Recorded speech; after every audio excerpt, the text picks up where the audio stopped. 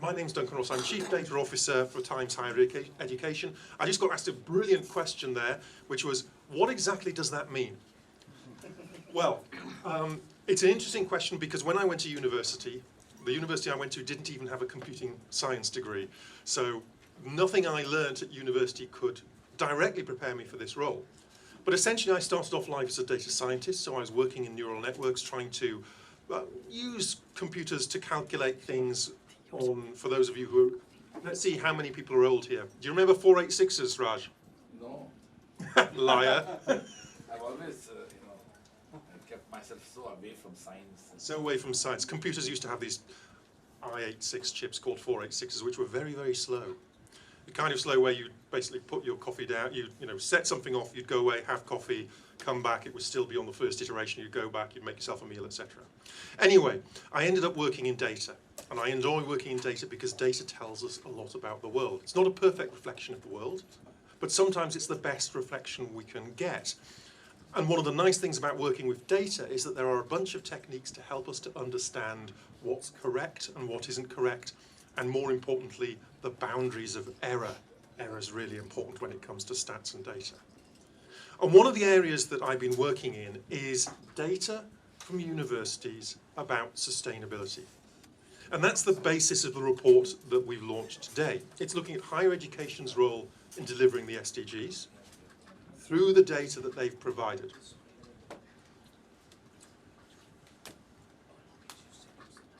And my slide advancer isn't going to work, evidently. Tech help.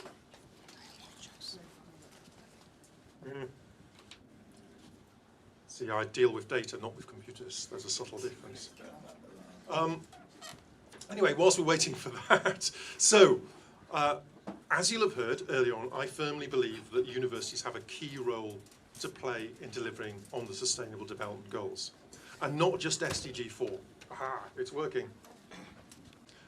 The time to deliver on the SDGs is now. There is no time to waste.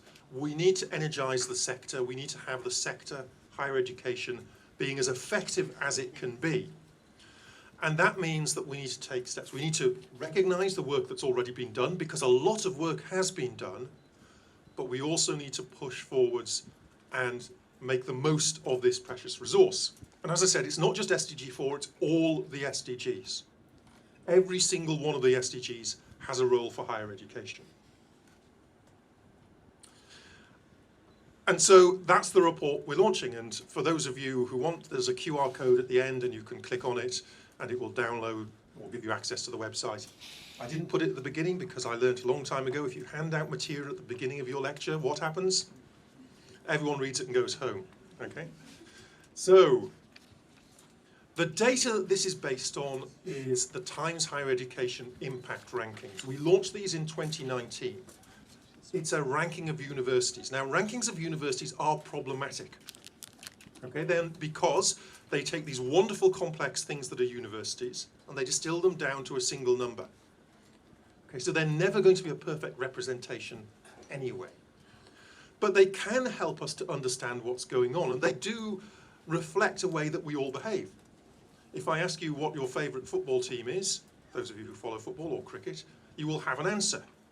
Okay, and that answer is essentially, you will be able to prioritise. You'll be able to say, this one's the best, this one's second best, and then you will come up with a series of irrational arguments about why your team is best, even though it never wins the games. That's the nature of the world, and rankings are the same. You will see the list, it will have Oxford at the top, and then Harvard, and so on, and you will be saying, but my university is better than those, in ways I can't quite express here today, but it is. Okay. People interact with rankings, they interact with lists. Lists are useful because they highlight some things, but they also conceal some things. So whenever you look at a ranking, always look at it with that in mind. It will tell you some things, but there are other things that it can't tell you. Nevertheless, the impact rankings were set up. Why did we do it? At the time, there were no global rankings that looked explicitly at how universities were trying to address the SDGs. And we thought it was important to do that. Existing rankings, global rankings, tend to focus on research-intensive activity. They say, which are the universities that are best at doing research? And there is a strong correlation between how old a university is, how much money a university has, and how good they are at research. And some of that's just a factor of history. Some of it's the undoubted truth that if having lots of money doesn't guarantee you can do good research, but it's really hard to do good research if you don't have lots of money. So there is a correlation there. And that meant that the global rankings tend to have universities from the UK, the US, etc. at the top, potentially unfairly. But when we look at sustainability, we can't do that because sustainability isn't something that recognizes money in quite the same way. I mean, I wish Harvard would spend all of its $36 billion on sustainability. That would be great, but they're not going to. But in our sustainability rankings, in our impact rankings, we needed to recognize universities around the world, and we needed to give universities around the world an opportunity to demonstrate the brilliant work they were already doing. We now have 1,705 universities from 115 countries and regions. Apologies for the and regions bit. This is because something I never expected to do when I got into data was to have to deal with international incidents. So, for example, North Cyprus isn't recognized as a country, but does have universities. Taiwan isn't recognized as a country by another large country in the region who shall remain nameless, but let's call them country C. And so we disguise it, say, countries and regions. Critically, we have universities from across the world, Global North and Global South, participating and also performing well. That's another key factor here. This ranking has to try and be more equitable than traditional rankings if it is to really reflect sustainability. And the 4 ways that I think that universities can directly impact the SDGs, I mentioned these earlier. Research. Do great research and you can support the SDGs. If you research into clean water technologies, that's great. That helps SDG 6, clean water and sanitation. Second way, stewardship, looking after the resources you have, people as well as your physical environment. That's critical. But there are 2 other ways. Outreach. Universities work with their communities, and they can lead their communities and support their communities. Now, universities have always done this, but it's very rarely recognized, often because it's individuals working outside the ambit of the university, or traditionally that's what's happened. Increasingly, universities themselves are directly working with their community, and we leave the phrase community deliberately vague. You can define that how you like. In some cases, that might be a very tight geographical group, or it might be a group of people who are more dispersed. You might be working with refugee communities, for example. The key thing is that universities have a leadership role. And finally, of course, teaching. Yes, providing specific skills, but also more broadly, making sure that all of you, when you leave university, know what it means to be a sustainable citizen in whatever role you take in life. Whether your role is leading a country or leading a family. Doesn't matter. You need to be sustainable in your approach. So what we did is we took the 17 SDGs and the 100 and something, I can't remember them, 169 targets. The UN keeps adding targets, it's very confusing. 169 targets and about 223 indicators under the targets. And we went through and we applied this theory of change, and we went through for each one and said, what might that mean for a university? And let's collect data on that. So looking at that data, what progress have we seen? And I'm going to focus briefly on 3 areas. The first one is around measurement. Now, measurement is critical. If we don't understand what it is we're doing, if we don't have a way of baselining that, it's hard to understand if any actions we take have a positive effect. Now, here's some background data on India. This should all be fairly familiar to you. We heard earlier, India is a young country. Only 10%, well, the ratio of your old age, the ratio of people of older than working age to working age is 10%, which is very, very low. If you look at Japan, if you look at the US and the UK, you'll see much higher ratios there because we have a much older population. Your educational achievement, though, is lower than other Asian countries and lower than the world averages there. That's 12% of, and this was from the 2021 data, by the way, only 12% of people from India have been educated to a bachelor's degree level or higher. That compares to 17% across Asia as general. So there's a gap there which can be filled.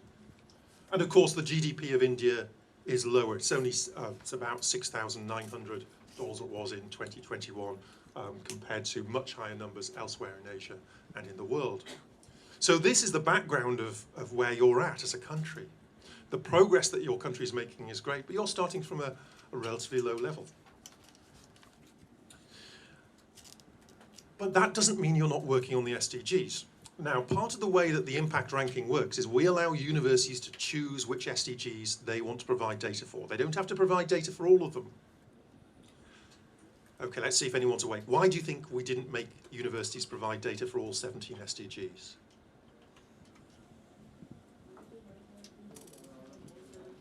That's a good answer. They might not be focusing on all 17. Any other reasons? That's a great answer, but it's not the answer, not the reason we did it originally. It's a simple one. Providing the data takes a lot of work, and not all universities are going to be able to do that. Particularly universities from the global south aren't going to be able to do that. So if we said provide data for all 17 SDGs, we would have had a ranking that was full of UK, European universities and very few universities from the global south. So we took a decision to say just provide us with the data for the SDGs that you are focusing on. And as a result, we see that not all countries are focusing on the same SDGs. Looking at the G20 countries, the most popular SDG for Argentina, for example, is SDG 1, no poverty. This is also a test, by the way. You can shout out an SDG number and see if I can remember what it is. India, in contrast, the most popular SDG is SDG 4, quality education. But this alone doesn't tell the full story for a very good reason, which is that we might not be asking equally easy questions across all the SDGs. It may be that the questions in SDG, or SDG isn't there, SDG 8, decent work and economic growth, maybe those are really hard questions. Maybe it's not fair. So what we did is we took the distribution of all universities across the world, which SDGs they chose to submit to, and we used that as the baseline. And from there we can contrast that. We can say, well, what do Indian universities look like when we compare them with the baseline? And this is what we see. So above anything that's above the line says that Indian universities are more likely than other universities in the world to supply the data. Below the line, they are less likely. Actually, I'm slightly cheating. This isn't the world baseline, it's the G20 baseline. But there are enough universities there that they're very, very similar. And what we see here, firstly, is that Indian universities are typically providing data to fewer SDGs because it takes time, it takes effort, and they're not all geared up to do so. That in itself is something that we can grow over time. Okay, it's not necessarily a problem. But what we do see is that some SDGs really are a focus for India, in particular SDG 6, clean water and sanitation. Followed by SDG 7, which is clean and affordable energy, and then you go down to probably SDG 5, in fact definitely SDG 5, gender equality. So these are the relative focus areas for Indian universities, and the fact that Indian universities and universities around the world are willing to measure themselves against all 17 SDGs and are able to demonstrate their different focuses is really positive. Because that tells me that Indian universities are focusing on the things that matter here. You're not focusing on the same things as they are in Argentina. Why would you? Different challenges. And so measurement is the first thing. That's a really positive progress to see. The second one, which I'm going to spend less time on because a lot of that was the background helping you to understand the data. The second area of progress is around engagement. More universities are becoming more involved in the SDGs. Our evidence for this, amongst other things, is the participation we see in events like this, which is really brilliant to see.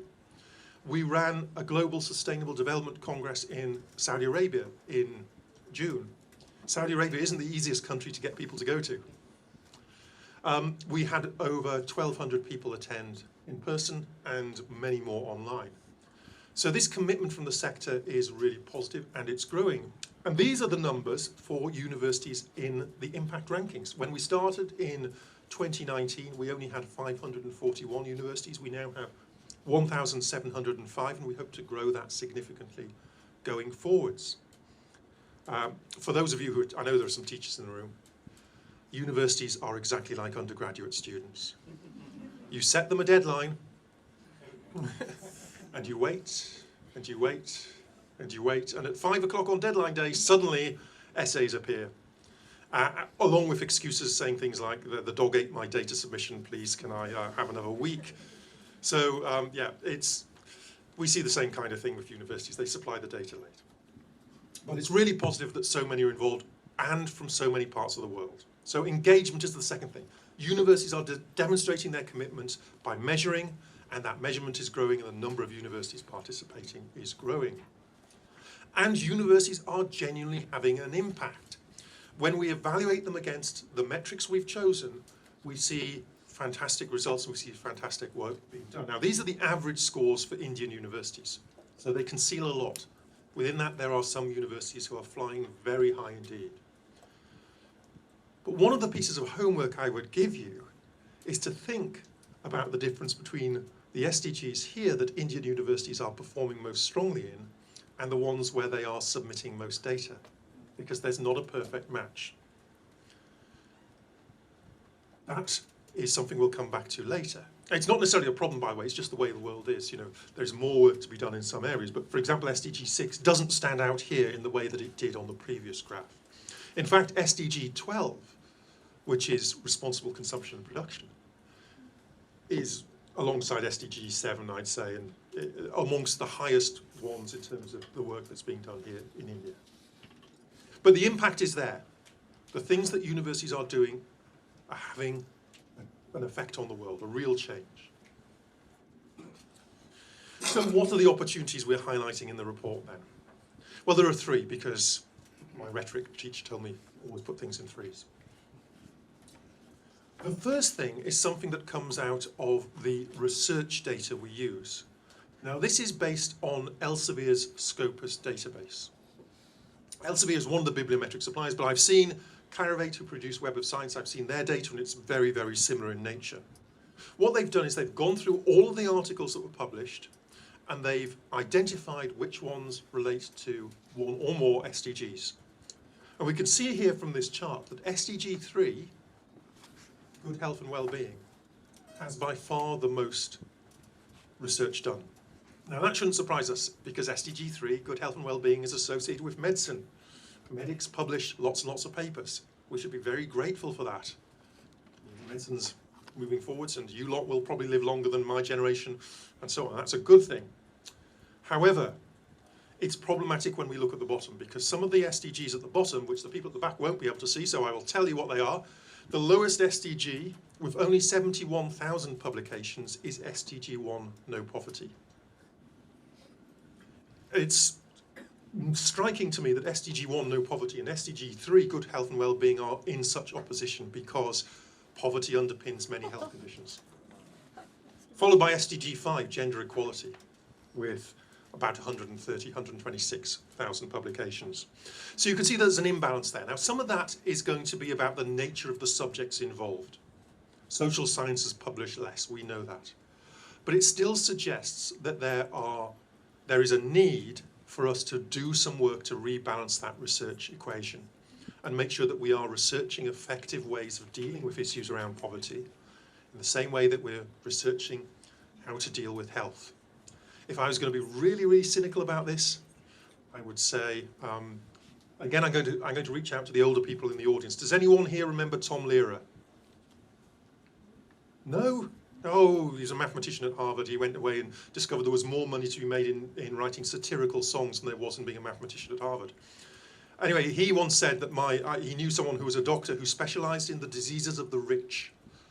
And I think that part of this is explained by that. Because health is something that attracts money and where rich people have an investment in it. Poverty, by definition, is not. So I think there's a challenge there. And the challenge, by the way, is not just to universities. The challenge is also to our funders. Because it's all very well saying, I'd like to do more research into poverty, but if no one's going to pay us to do that, that research isn't going to happen, or it's unlikely to happen. So that would be the challenge to any politicians in the room. Find more money to research into things that need research, rather than we'll give you a nice shiny hospital. The second opportunity is about partnerships. It's about building stronger links. And this is actually a quote from the original SDG documentation. Strengthen the means of implementation and revitalize the global partnerships for sustainable development, which is wordy UN speak for saying we all need to work together. But how can we do this in a data-led way? Well, go back to those two charts I showed you, one of which showed the performance of universities in India, the other one which showed the focus of universities in India. Put that demand and that output together. Look for situations where there are other members of G20 who are performing strongly in the SDGs that you have a strong interest in. Make those partnerships. Look for those universities. Make sure they also understand that this isn't a one-way conversation. It's not about them giving you help in some paternalistic way. It's about you opening their eyes to the realities of problems, that's why you have focus, and getting them to understand how to make sensible and practical advances. Partnerships are really difficult, by the way. It's easy to say partnerships, just go and do them, but most partnerships in the real world fail. Okay?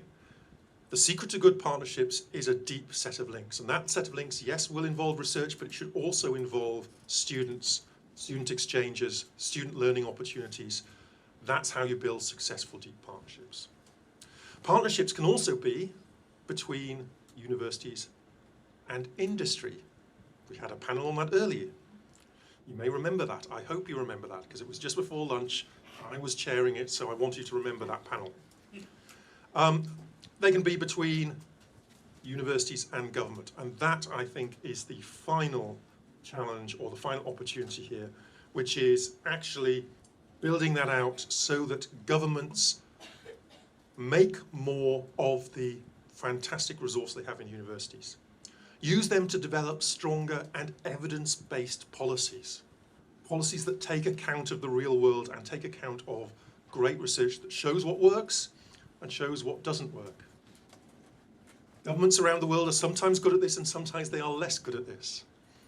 Bear in mind, I come from a country which has had 3 different governments in the last year. Some governments lasting less long than a lettuce.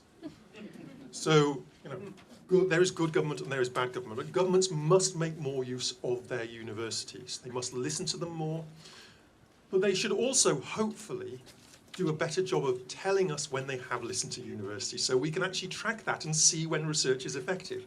Because this is one of the differences between social science research and policy research and health research. In health research, you create a clinical trial. You have people who have the vaccine and people who have a placebo, and you evaluate it at the end, and you get a number that tells you, was my vaccine successful? Yes, it was. Just want to make that absolutely clear in case there are any vaccine deniers in the audience. The vaccine works. But for social science, you often don't see that. You don't see what comes out of your research. You don't even necessarily know if the government has used it or recognised it. And I hope that governments can do a better job of reflecting that, because then in turn we can track that and monitor that and see the effectiveness of universities supporting policy. So there we have it. If anyone is from a university that isn't currently in the impact rankings and would like to join, there is a QR code that you can click on. It will take you to a landing page which has a doom-laden video by me. We would love to have every university in the world joining that ranking. Not least because we don't know how many universities there are in the world, so if we ever did get every university in the world, we'd at least know that number, which would be great. But if you want to download the report, it's not long. It's about 3,500 words or something like that, so it's very digestible. It has pictures, graphs, that kind of thing. Please do scan that QR code, and that will allow you to download a copy. But thank you so much for listening to me. I hope that was useful.